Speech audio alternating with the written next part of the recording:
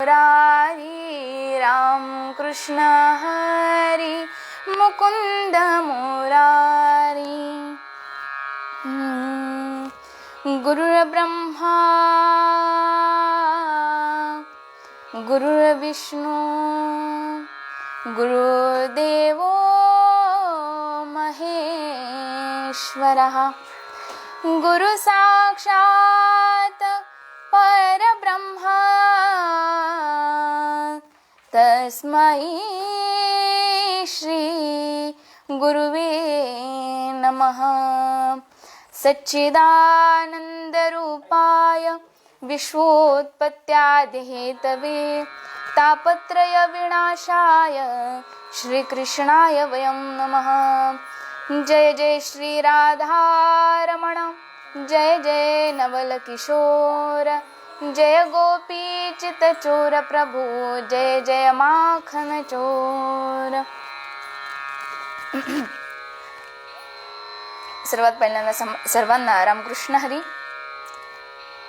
आजच्या या लाईव्ह मध्ये हिंदू भक्ती शक्ती युवा वारकरी प्रतिष्ठान यांनी आयोजित केलेला हा सर्वांचा कार्यक्रम, आज जर हा कोरोना काळ नसता तर आपण नक्कीच सगळेजण कुठे ना कुठे सप्ताहामध्ये आज असू, कुठे ना कुठे कोणीतरी कीर्तन करत असू, काही ना काहीतरी कामामध्ये आपण सगळे व्यस्त असू, परंतु आज नक्कीच हे सुरू नसल्यामुळे हा एक खूप चांगलं माध्यम आहे की या माध्यमातून आपण सगळेजण एकमेकांना जोडलेले आहोत।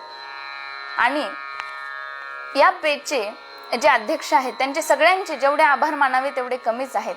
हरिभक्त परायण कुबडे महाराज, हरिभक्त परायण प्रधान महाराज, तसेच हरिभक्त परायण गडदे महाराज सर्वांनी मिळून आयोजित केलेला हा एक कार्यक्रम। आणि त्यासोबतच मला वनिताताईंचा एके दिवशी वनिताताई गात यांचा फोन आला आणि त्यांनी सांगितलं की आपल्याला ताई लाईव्ह साठी तारीख हवी आहे। तर म्हटलं का नाही, कारण बाहेर जाऊन भजन करणं कीर्तन करणं हे नक्कीच सगळ्यांना करावंसं वाटत आहे, सगळ्या महाराजांना करावंसं वाटत आहे, परंतु बाहेर जाता येईना, म्हणून काही हरकत नाही, इथे बसून का होईना पण आपल्याला भजन करण्याची जर संधी भेटत आहे तर त्याला नकार देणं हे होतच नाही। त्याच्यामुळे खूप सर्वांनी मिळून हा कार्यक्रम छान पद्धतीने आयोजित केलेला आहे।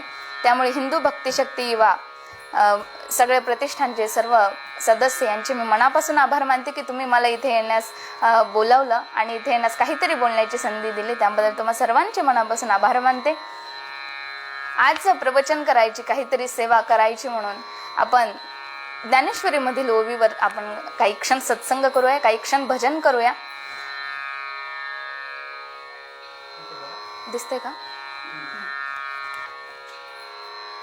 अडकत नाही ना? तू मन हे मीची करी माझ्या भजनी प्रेम धरी सर्वत्र नमस्कारी मज एकाते। ज्ञानेश्वरी मध्ये ज्ञानोबारायांनी मनाला पटवून देताना जेव्हा भगवान श्रीकृष्ण अर्जुनाला गीता सांगत होते, गीता सांगत असताना जेव्हा बोध करायचा होता, बोध करत असताना अर्जुनाला भगवान श्रीकृष्णांनी आवाहन केलं, सांगितलं की अर्जुना, जर तुला जीवनामध्ये काही मिळवायचं आहे तर त्या अगोदर तुला तुझ्या मुठीमध्ये तुझं मन असायला पाहिजे। जर तुझं मन तुझ्याकडे आहे, कारण पूर्ण इंद्रियाचा स्वामी जर कोण आहे तर तो फक्त एक मन आहे। सांगितलं, तू मन हे मीची करी माझ्या भजनी प्रेम धरी सर्वत्र नमस्कारी मज एकाते। पूर्ण भवीचं निरूपण आपण पुढे श्रवण करणारच आहोत, परंतु सुरुवातीला असं सांगितलं, अर्जुनाला भगवान श्रीकृष्ण असं का म्हणतात की तू मन हे मीच कर, तू मनाला मी कर असं का म्हणतात? कारण हा जो जीव आहे हा परमात्मापासूनच निघालेला आहे। हा जीव परमात्मापासून निघून पुन्हा एकदा परमात्मा स्वरूपच बनतो। कारण जसं म्हणतात, जसं आपण बाष्पीभवन बघतो, बाष्पीभवनामध्ये काय होतं तर बाष्पीभवनामध्ये पाण्याची वाफ होते, जे समुद्राची पाण्याची वाफ होते ती ढगांपर्यंत जाते, त्या ढगातून पाऊस पडतो आणि पुन्हा तो समुद्रामध्येच येऊन मिळतो। त्याप्रमाणे जीव आणि परमात्मा आहेत। हा जीव परमात्मापासूनच निघतो आणि परमात्मापर्यंतच येऊन मिळतो। क्षरला सागर गंगा उघी मिळे आपणाची खेळे आपणाची, तो भगवंत स्वतःच स्वतःशी खेळ करत राहतो। जसा हा जीव आहे तो जर भगवंतापासून निघाला आणि भगवंतापर्यंतच माघारी गेला तर त्याला मोक्ष मिळणार आहे, परंतु तो जर भगवंतापर्यंत गेलाच नाही तर त्याला मोक्ष मिळणार नाही आणि तो जीव या जन्म मरणाच्या फेऱ्यामध्येच अडकून राहणार आहे. तैसे मनपन मुद्दल जाय मग अहम भावदिकके आहे म्हणून शरीराचे ब्रह्म होय अनुभवितो. परमात्मापर्यंत जायचं आहे तर या मनातून पूर्णपणे अहंकार रहित हे मन झालं पाहिजे, हे हृदय पूर्णपणे अहंकार रहित झालं पाहिजे. मग हृदय अहंकार रहित म्हणजे काय, तर साधं उदाहरण आहे. जर आपल्याला एखाद्या भांड्यामध्ये दूध टाकायचं आहे तर आपण अगोदर काय करतो, तर ते भांडं आपण व्यवस्थित अगोदर धुवून काढतो आणि त्याच्यानंतर त्याच्यामध्ये आपण दूध टाकतो. तर त्या दूध टाकत असताना जर आंबटपणा काही त्या भांड्यात असेल आणि जर आपण त्याच्यामध्ये दूध टाकलं तर काय होणार आहे, ते दूध नक्कीच नासणार आहे. त्याप्रमाणे आहे या हृदयामध्ये काम, क्रोध, मद, मत्सर, मोह, लोभ, अहंकार हे शत्रू येऊन बसलेले आहेत. आणि हे जर शत्रू आपल्या हृदयामध्ये येऊन बसले तर देव जेव्हा दुरून पाहतील आपल्या हृदयाकडे, भक्ताच्या हृदयाकडे, तर तेव्हा नक्कीच देव सुद्धा म्हणतील, अरे याच्या मनामध्ये अगोदरच अहंकार, लोभ, मद, मोह, मत्सर सगळे विकार भरलेले आहेत, याच्या हृदयामध्ये आपण राहू शकत नाही. भगवंताला जर मन आपलं भगवंता स्वरूप करायचं असेल तर त्या अगोदर आपलं हृदय, आपलं मन अहंकारापासून रहित असलं पाहिजे. जसं सांगितलं, अहंकार गेला तुका म्हणे देव झाला. ज्याच्या मनातून अहंकार निघून गेला त्याचं हृदय नक्कीच अहंकार निघल्यामुळे परमात्मा स्वरूप झालेला आहे. मग परमात्मा स्वरूप मन होण्यासाठी संतांनी काही अंतःकरण चतुष्टय सांगितलेले आहेत, 4 भाग सांगितलेले आहेत, 4 प्रकार सांगितलेले आहेत. ते कोणते बरं? मन, बुद्धी, चित्त आणि अहंकार. त्यापैकी सगळ्यात महत्वाचं पहिल्यांदा सांगितलं ते म्हणजे सांगितलं मन. आपलं जर मन एकदा नारायण स्वरूप झालं तर पुन्हा आपल्याला काहीच करण्याची गरज नाही. जसं संत सांगतात, एकदा भागे नारायण स्वये जाहला जनार्दन मन बुद्धी चित्त अहंकार हे भिन्न चतुर्धा जान विभागला. जसं मनाबद्दल सांगताना नाथबाबांनी सुद्धा नाथ भागवतामध्ये सांगितलं की हे जर मन नारायण रूपी बनवायचं असेल तर त्या अगोदर हा अहंकार आणि मन परमात्मा स्वरूप झालं पाहिजे. जसं सांग, इंद्रिया माझी अकरावे ते मन मी जाणावे भूता माझी स्वभावे चेतनामी. जसं सांगितलं की जर तुला अगोदर परमात्म्याला भेटायचं आहे तर तुला तुझं मन, तुझे अवयव अगोदर तुला तुझ्या हातामध्ये पाहिजे. अगोदर तू त्याच्यावरती तुझा विजय मिळव. सर्वात महत्वाचं सांगितलं, त्याच्यामुळेच भगवंत अर्जुनाला म्हणतात की तुझं मन तू कर, म्हणजेच तू मन हे मीची करी. मग तू मन माझं केलंस, परंतु पुढे सांगतात माझी या भजनी प्रेम धरी. मग असं का बरं सांगितलं? तिथे सांगतात, तेवी मन शिष्टा यया इंद्रिया ते धनंजया देह राजुने देहा पासूनी गेला. सांगितलं, तू जर मन तुझं केलं नाहीस, जर तू मन तुझं परमात्मा स्वरूप केलं नाहीस, जर परमात्म्यामध्ये मन गुंतवलं नाहीस तर काय होणार आहे? नक्कीच या देहातून त्या देहामध्ये, त्या देहातून पुढच्या देहामध्ये तुझे एक एक असं जन्म जाणार आहे, परंतु तुला मोक्ष कधीच मिळणार नाही. सांगितलं, नाथबाबांनी सांगितलं, देहीचे देहांतर गमन वासने योगे करी म्हण ते मनोगमनाचे लक्षण एक संपूर्ण सांगेना. सांगितलं की तुला जर मोक्ष मिळवायचा आहे तर तुला त्याच्यासाठी काय करावं लागेल, तर अगोदर तुझं मन तुला परमात्मा स्वरूप करावं लागेल. जर तू तुझं मन परमात्मा स्वरूप करशील तर तुला दुसरं काही करायची गरज नाही. सांगितलं, ते स्वलाभ लाभलेपण मनपणाही धरून येणे शिवतले जैसे लवणे आपले निज. सांगितलं की तुला मन परमात्मा स्वरूप कसं बनवायचं आहे. उदाहरण सांगितलं की जर तू मीठ घेतलंस आणि ते मीठ जर तू पाण्यामध्ये टाकलंस तर मीठ पाण्यामध्ये टाकल्याच्या नंतर ते मीठ जेव्हा पाण्यामध्ये पूर्णपणे मिसळून जातं, पाण्यामध्ये मीठ मिसळल्याच्या नंतर ते मीठ राहत नाही तर ते पूर्णपणे पाण्यामध्ये मिसळून जातं. तसं तुला परमात्मा स्वरूप बनायचं आहे. तू न राहता तू मी होऊन जा, तू परमात्मा स्वरूप होऊन जा, असं भगवंत अर्जुनाला सांगतात. ते सांगताना सांगतात, मन एव मनुष्यानां कारण बंध मोक्षये. जर तुला मोक्षाची प्राप्ती करायची असेल तर तुला अगोदर मन जिंकावं लागेल, अगोदर तुला मनावरती विजय मिळवावा लागेल तरच. कारण जर तुला मुक्त व्हायचं आहे तर मन एव मनुष्याना, मन सगळ्याला कारणीभूत आहे. त्याच्याप्रमाणे सांगितलं, जर मनामधील विकार तुझे निघून गेले.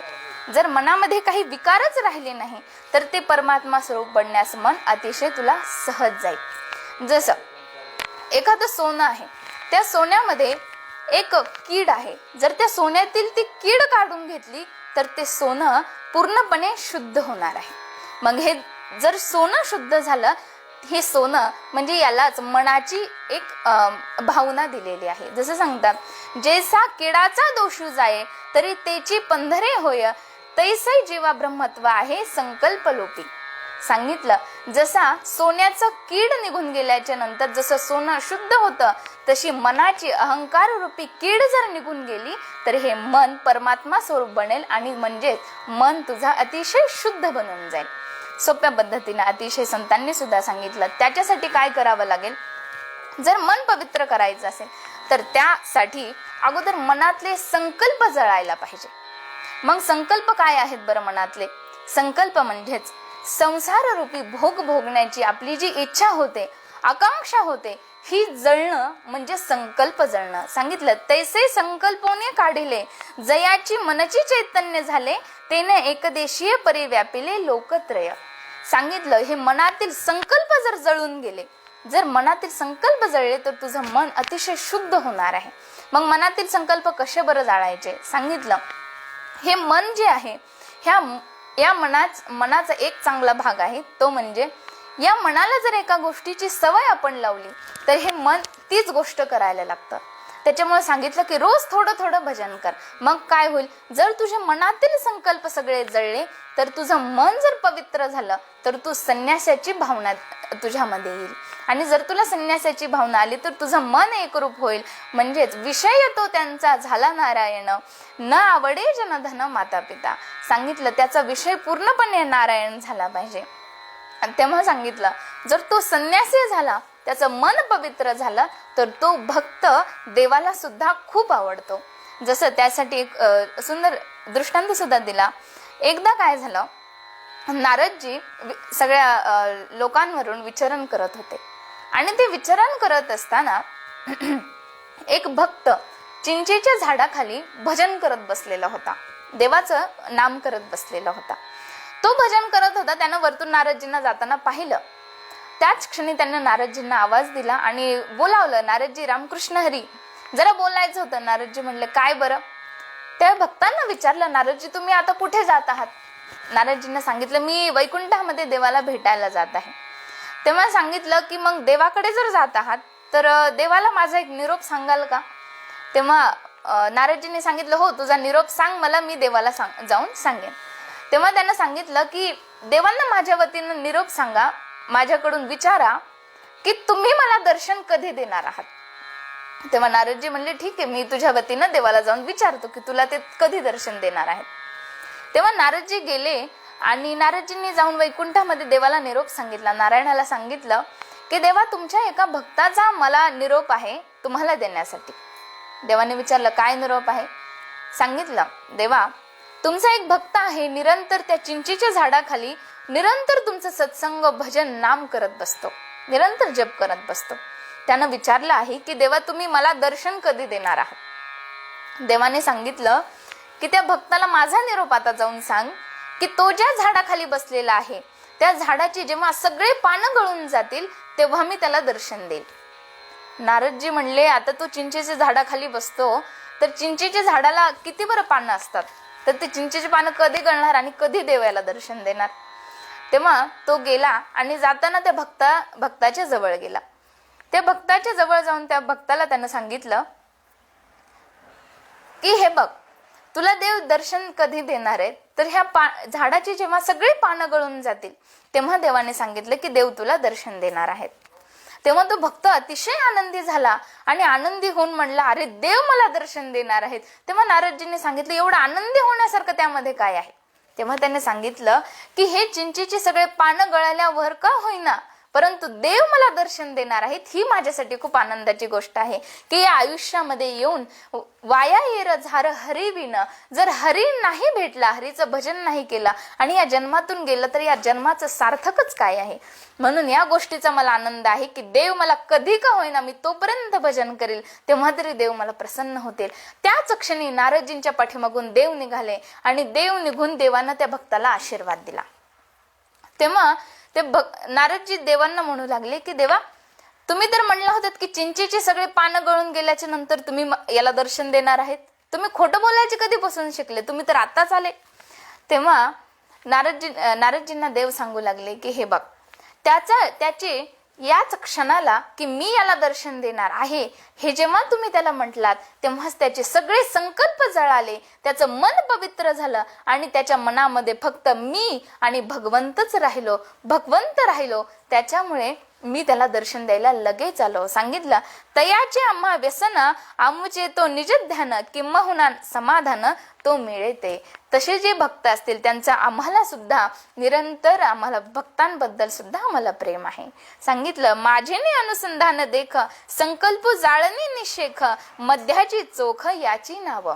जेव्हा एका भक्ताचे पूर्णपणे संकल्प जळून जातात, विकार मनातील पूर्णपणे निघून जातात, तेव्हा नक्कीच त्याला माझी प्राप्ती होते, नवे परमात्म्याची प्राप्ती होते. तेव्हा अर्जुनाला सांगताना भगवंतानं खूप सुंदर उदाहरण दिलं. हे एक एक शिकवू काही, पै सेवके आपुले ठाई, उरोने येर सर्वही मी सेव्याची करी. सांगितलं अर्जुनाला भगवंताने, हे बघ अर्जुना, तुला जर खऱ्या अर्थानं तुझं मन पवित्र करायचं असेल तर तू एक काम कर. हे जे पूर्ण विश्व आहे या विश्वाचे 2 भाग कर आणि या विश्वाचे 2 भाग कर, एक भाग तू आणि एक भाग मी असं तू ठरव. एक भाग परमात्मा आहे आणि एक भाग तू अर्जुन स्वतः आहे असं तू ठरव. जेव्हा तू असं ठरवशील तेव्हा तुला नक्कीच मनातून अशी खात्री येईल की सगळं जग जे आहे ते सगळं परमात्मा स्वरूपच आहे, म्हणून तू मन हे मीची करी. मग जर असं तू केलं तर सगळं तुझं मन पवित्र होईल आणि मन तू मीच होऊन जाईल. सांगितलं, मनोनी ऐसे कैसे घडेल, जे मरकटा समाधी येईल, का राहे म्हणतीलाही राहिला महावातू. सांगितलं, तुला जर मन तुझं पवित्र करायचं आहे तर हे बघ, मनाला देव इथे ज्ञानेश्वरीमध्ये माऊलींनी उपमा दिली ती माकडाची, मरकटाची. सांगितलं की एक माकड जे आहे ते अगोदरपासूनच खूप चंचल बुद्धीचं आहे. कारण मरकट वैराग्य ज्याला आपण म्हणतो की एक क्षण एका जागेवरती ते टिकतच नाही, याला आपण माकड म्हणतो. तर ते माकड अगोदरच चंचल आहे आणि त्याच्यातून जर त्याला कोणी काही पाजलं किंवा त्याला जर काही मद्य कोणी पाजलं तर ते आणखीनच काहीतरी चावटपणा करणार आहे किंवा जास्तच उड्या मारणार आहे. तेव्हा सांगितलं की तुझं हे जे मन आहे ना ते अगोदरच खूप चंचल आहे आणि त्याला जर तू विषय भोग अगोदर दिलेस तर ते जास्तच विषयाधीन होणार आहे. म्हणून काय करायचं आहे तुला, तुझं हे जे मन आहे ना अगोदर त्याला अभ्यासू वृत्तीनं का होईना, अभ्यास योगाने का होईना, तुला तुझ्या हातामध्ये त्या मनाला घ्यायचं आहे. परी वैराग्याचे ये आधारे, जरी लावेले अभ्यासाची ये मोहरे, तरी केतुलेनी एक अवसरे स्थिरावेला. सांगितलं की तुला जर तुझं मन हरिनाम स्वरूप करायचं आहे ना, हरिनामाची गोडी तुझ्या मनाला लावायची आहे, तर अगोदर तुला अभ्यास योगाचा थोडासा सहारा घ्यावा लागेल. अगोदर तू अभ्यास योग घे, अगोदर थोडासा अभ्यास कर. मनाला जर वैराग्य तुला प्राप्त करून द्यायचं आहे तर तुला अगोदर परमात्म्याला हळूहळू जवळ करावं लागेल. जसं श्रीमद भागवत संहितेमध्ये सुद्धा सुंदर एक प्रथम स्कंदामध्ये अगोदर महात्म्यामध्येच एक सुंदर कथा येते, ती म्हणजे भक्ती आणि ज्ञान वैराग्य यांची. जसं तिथे सांगितलं की तुझ्या मनामध्ये, एखाद्या भक्ताच्या मनामध्ये भगवंताविषयी भक्ती खूप आहे, प्रेम खूप आहे, परंतु त्याच्या मनामध्ये जर ज्ञान नाही आणि जर वैराग्य नाही तर त्या भक्तीला काही एक अर्थ नाही. सांगितलं, भक्ताविषयी ज्ञान कसं, तुझ्या मनामध्ये भक्ती आहे, तुला देवाला काहीतरी प्रसाद अर्पण करायचा आहे, तू देवासाठी नारळ पेढा घेऊन आलेला आहे, परंतु तुला माहीतच नाही देवाला भोग कसा अर्पण करायचा, कोणते मंत्र म्हणायचे, तर त्या भक्तीला काही एक अर्थ नाही. ते मन शुद्ध आहे, परंतु त्याला भक्तीचा आणि वैराग्याचा थोडासा सहारा पाहिजे. मनामध्ये थोडंसं वैराग्य पाहिजे. देवाच्या जर समोर आपण भजनाकरिता बसलेलो आहोत, जपमाळ करत बसलेलो आहोत, तर इकडे रामकृष्ण हरी आणि सगळीकडे जर आपण पाहत बसलो तर या भक्तीला काही एक अर्थ नाही. जर भगवंतासमोर आपण बसू तर भगवंताचे होऊन बसण्यात अर्थ आहे. तसं सांगितलं अर्जुनाला भगवंताने, जर तू मनाने भगवंतासमोर बसला तर तुझं मन पूर्णपणे परमात्मा स्वरूप कर.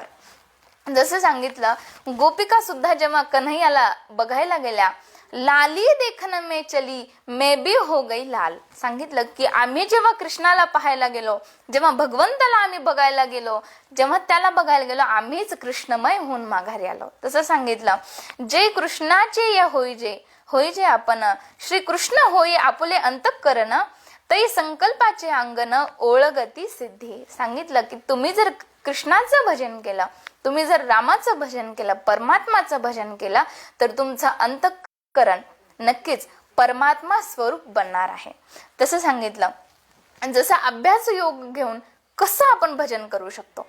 जर अभ्यास योग आपल्याला घ्यायचा आहे तर अभ्यास योग घेत असताना सुंदर इथं उदाहरण सांगितलेलं आहे की हरिपाठ जर आपण लक्ष देऊन वाचला तर हरिपाठामध्ये सुद्धा एक अभंग येतो, देवाची द्वारी उभा क्षण भरी.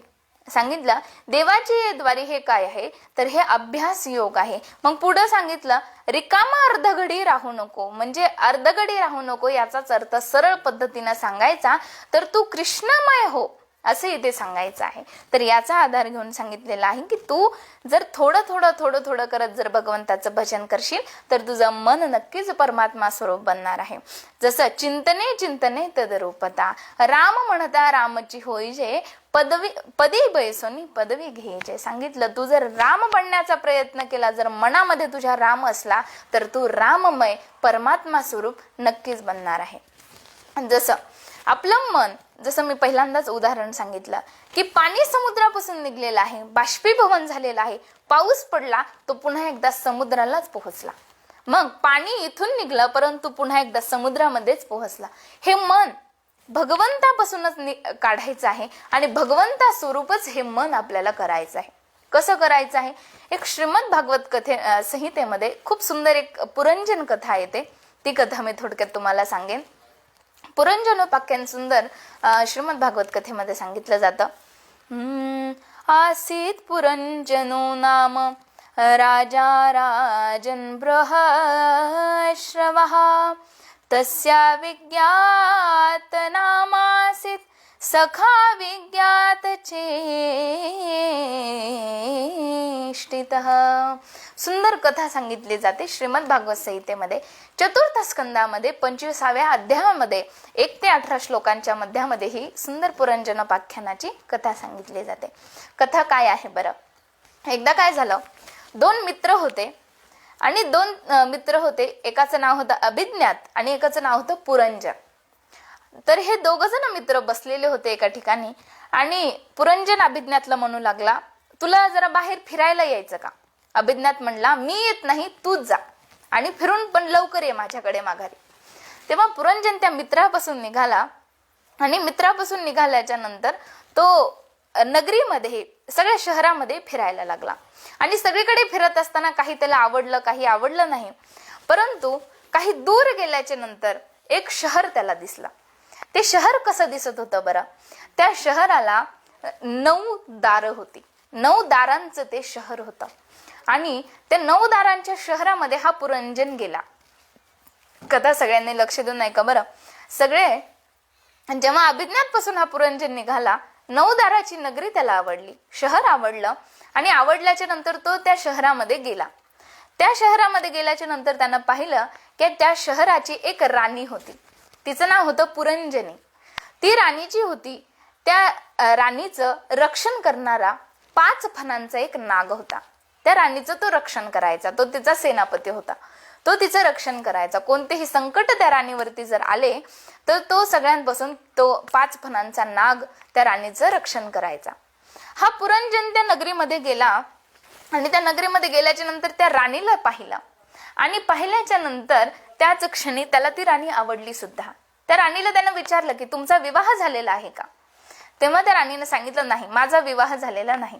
तेव्हा सांगितलं, माझाही झालेला नाही. तेव्हा त्या दोघांनी तिथेच विवाह केला आणि विवाह केल्याच्या नंतर पुरंजन त्या नगरीमध्येच राहिला. इकडे तो अभिज्ञातला विसरून गेला की आपल्याला अभिज्ञातकडे माघारी सुद्धा जायचं होतं.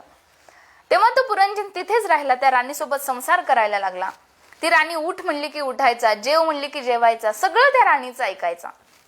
आता एके दिवशी काय झालं, एक जरा नावाची राक्षसीन तिथे आली आणि ती जरा नावाची राक्षसीन आली आणि ती तिच्या भावांना म्हणू लागली की मला या नगरीवरती आक्रमण करायचं आहे, कारण मला विवाह करायचा आहे. तेव्हा तिचे 2 भाऊ होते, ज्वर आणि प्रज्वर. आता हे दोघे जण भाऊ म्हणले, तुला जो कोणी मुलगा आवडेल, जो कोणी वर आवडेल, तू त्याच्याशी विवाह कर. तेव्हा त्या पुरंजनीनं त्या जरा नावाच्या देवीनं पाहिलं, त्या राक्षसानीनं पाहिल्याच्या नंतर तिनं विचार केला की मला विवाह करायचा तर पुरंजन सोबतच करायचा. तेव्हा लढाई करण्यासाठी ती जरा राक्षसीन आली आणि सोबत येताना 360 पुरुष 360 स्त्रिया ती सोबत घेऊन आली. आता सोबत घेऊन आल्याच्या नंतर त्या सगळ्यांनी मिळून पुरंजन आणि पुरंजनीचं जे 9 दाराचं शहर होतं त्या शहरावरती आक्रमण केलं. आता आक्रमण केल्याच्या नंतर पुरंजन आणि पुरंजन एका कक्षामध्ये आराम करत होते.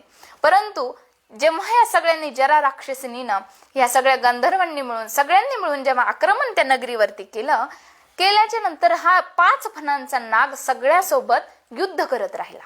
सगळ्यासोबत हा एकटाच नाग युद्ध करत राहिला. एक एक करत त्या नागाचे 5ही फण निकामे झाले. आता जेव्हा त्या नागाची 5ही फण निकामे झाली, ती जरा राक्षसीन महलामध्ये घुसली आणि तिनं त्याच क्षणी पुरंजनला पकडलं आणि पकडल्याच्या नंतर म्हणू लागली की मला तुझ्याशीच विवाह करायचा आहे. तेव्हा पुरंजननं सांगितलं, माझा विवाह झालेला आहे, मी तुझ्याशी विवाह करू शकत नाही. ती म्हणली, मला तरीही तुझ्याशी विवाह करायचा आहे. तेव्हा पुरंजनला पकडलं आणि जरा राक्षसीन त्याच्यासोबत विवाह करू लागली. त्याच क्षणी पुरंजनीचं नाव घेत घेत त्याच क्षणी पुरंजननं स्वतःचे प्राण सोडून दिले. आता असं सांगतात, शेवटच्या क्षणी आपण ज्याचं स्मरण करू त्याचाच आपल्याला पुढचा जन्म मिळत असतो. जसं जडभरत राजाची कथा आपल्याला माहित आहे. जडभरत राजा हरिणी गर्भ गेला, शेवटच्या क्षणाला हरणाचं स्मरण केलं आणि हरणाचा जन्म भेटला. तसं पुरंजननं शेवटच्या क्षणी एका स्त्रीचं स्मरण केलं, पत्नीचं स्मरण केलं आणि पुढचाही जन्म त्याला स्त्रीचाच भेटला. आता दुसऱ्या जन्मामध्ये तो स्त्री झाला. इकडे अभिज्ञात नावाच्या मित्राला तर तो विसरूनच गेला होता. आता दुसऱ्या जन्मामध्ये तो स्त्री झाला. आता स्त्री झाल्याच्या नंतर एका राजाची पत्नी तो पुरंजन झाला. आता पत्नी झाल्याच्या नंतर एकदा लढाईमध्ये तो राजा मरण पावला. त्याच क्षणी पुरंजन जो होता, जो स्त्री वेशामध्ये होता, तो पुरंजन आता सती जाण्यासाठी निघाला आणि तो जेव्हा सती जायला निघाला त्या राजाच्या आरतीवरती, तेव्हा त्याच क्षणी पूर्वजन्मातला तो अभिज्ञात सखा तिथे आला आणि सखा तिथे येऊन त्या सख्याने बोलवलं, अरे पुरंजन, मागच्या जन्मामध्ये तू नगर फिरायला गेला परंतु तू माघारीच आला नाही. तेव्हा त्या अभिज्ञातनं पुरंजनला स्वतःच्या स्वरूपाची जाणीव करून दिली. तू कोण आहेस हे त्याला जाणीव करून दिली. आता ही कथा जर तुम्ही लक्ष देऊन ऐकली तर याच्या पुढेही ही कथा मी तुम्हाला का सांगितली, कारण ही कथा काय आहे तर अभिज्ञात जो आहे तो आहे भगवंत परमात्मा आणि पुरंजन जो आहे तो आहे आपण जीव, जो आपण परमात्माकडून आपण निघून आलेलो आहोत, तो म्हणजेच पुरंजन. पुरंजन फिरायला गेला. कुठे गेला? पुरंजन 9 दारांची नगरी म्हणजेच आपलं हे शरीर आहे. हे आपल्या शरीराला जे 9 द्वार आहेत, 9 सगळे मिळून जे इंद्रिय आहेत हे 9 आहेत. हे जे 9 द्वारांची नगरी आहे ती म्हणजे आहे आपलं शरीर. पुरंजन याच्यामध्ये फिरायला आला. आता पुरंजनी कोण आहे बरं? पुरंजनी म्हणजेच आहे बुद्धी, आपलं मन. पुरंजन या शरीरामध्ये आला म्हणजेच हा जीव, आपला आत्मा या शरीरामध्ये आला आणि आत्म्यानं मनाशी आपला विवाह करून टाकला. आपलं मन जर आपल्याला म्हटलं की चल आपण तिकडे फिरवून येऊ, शरीर इथेच आहे परंतु मन एका क्षणामध्ये आपल्या सगळीकडे फिरवून येईल. तेव्हा सांगितलं की हा जो पुरंजन आहे तो जीव आहे. पुरंजनी जी आहे ही बुद्धी आहे. मग 5 फणांचा नाग कोण आहे बरं? 5 फणांचा नाग म्हणजेच आपले पंचेंद्रिय आहेत. डोळा, नाक, कान, जीभ हे जे मिळून आपले पंचेंद्रिय आहेत मुख्य, ते म्हणजे हे जे शरीर आहे ह्या शहराची तो निगराणी करतो. म्हणजे आपल्या शरीराचे हे 5 पंचेंद्रिय आपली रक्षा करत असतात. मग जरा देवी कोण आहे बरं? जरा ही राक्षसीन जी आहे ती म्हणजे आहे आपला वृद्धपणा, आपला मथारपणा.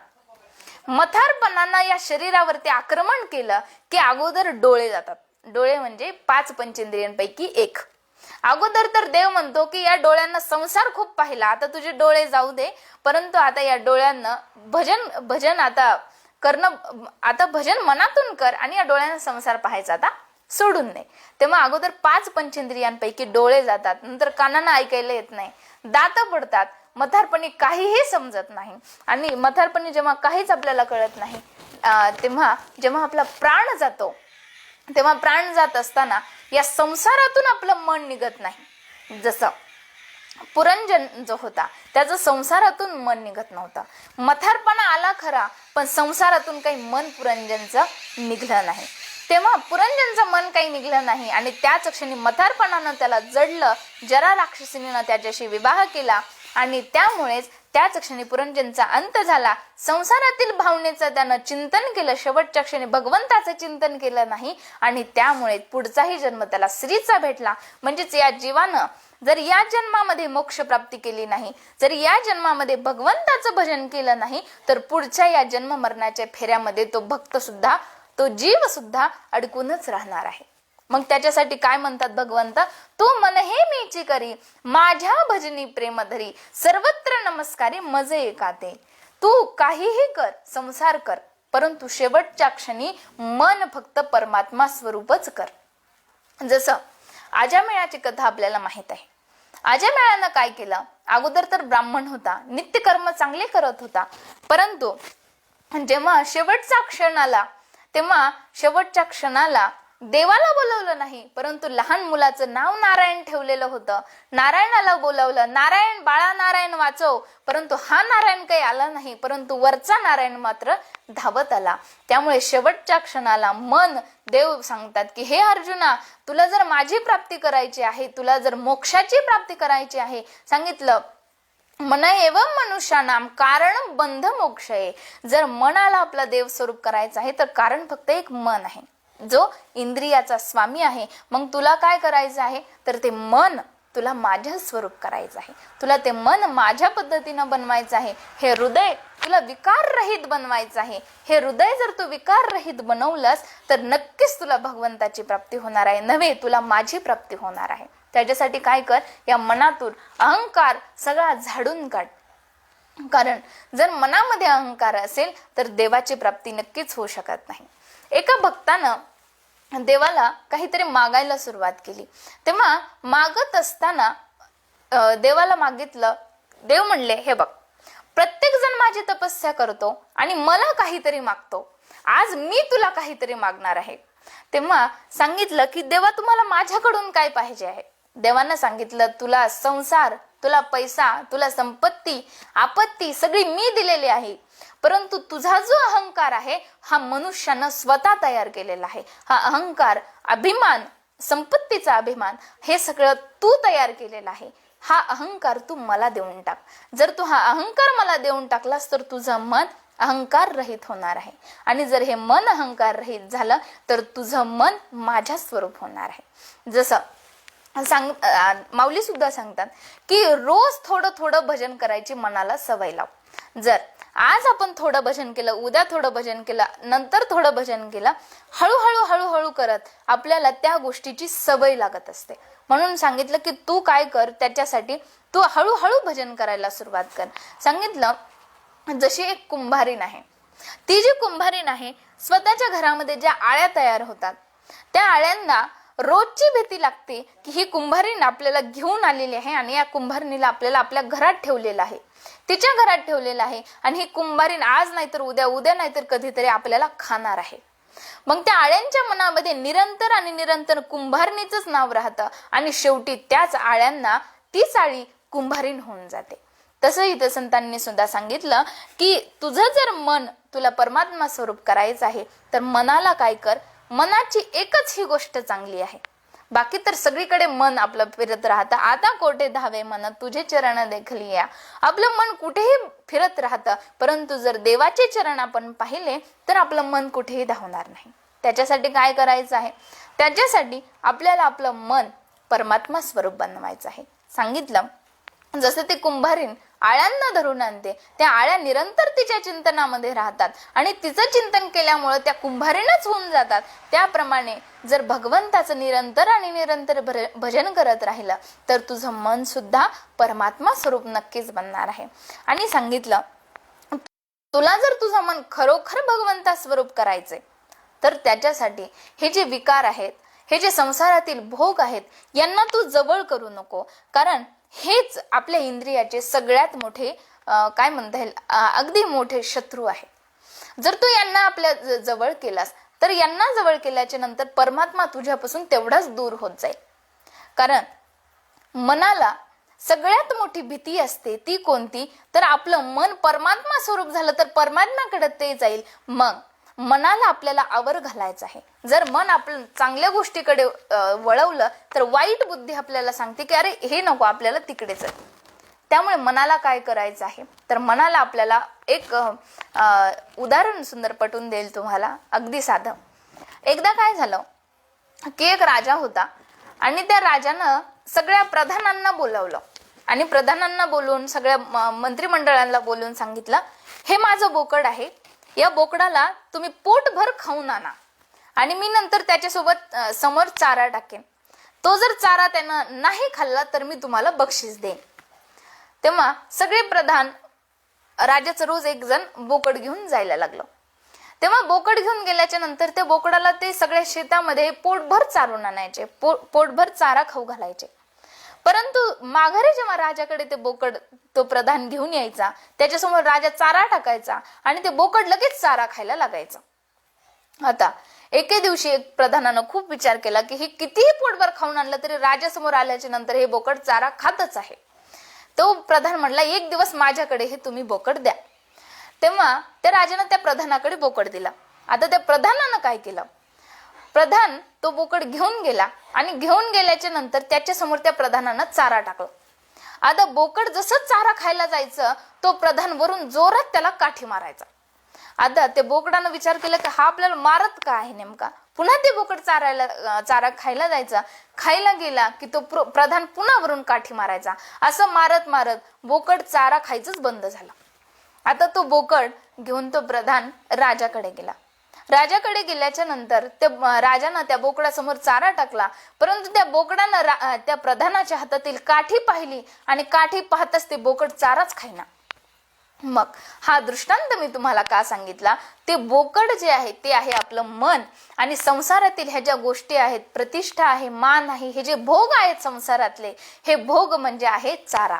आपलं मन चांगल्या गोष्टीकडे किंवा काही संसारातील भोग आहेत त्या गोष्टीकडे आपलं लगेच ओळतं, परंतु ते मन कुठेही जाऊ नये म्हणून त्याला नारायण रूपी काठी आपण मारायची आहे. मग ते मन आपलं कुठेही जाणार नाही आणि फक्त ते मन आपलं परमात्मा स्वरूपच बनून राहणार आहे.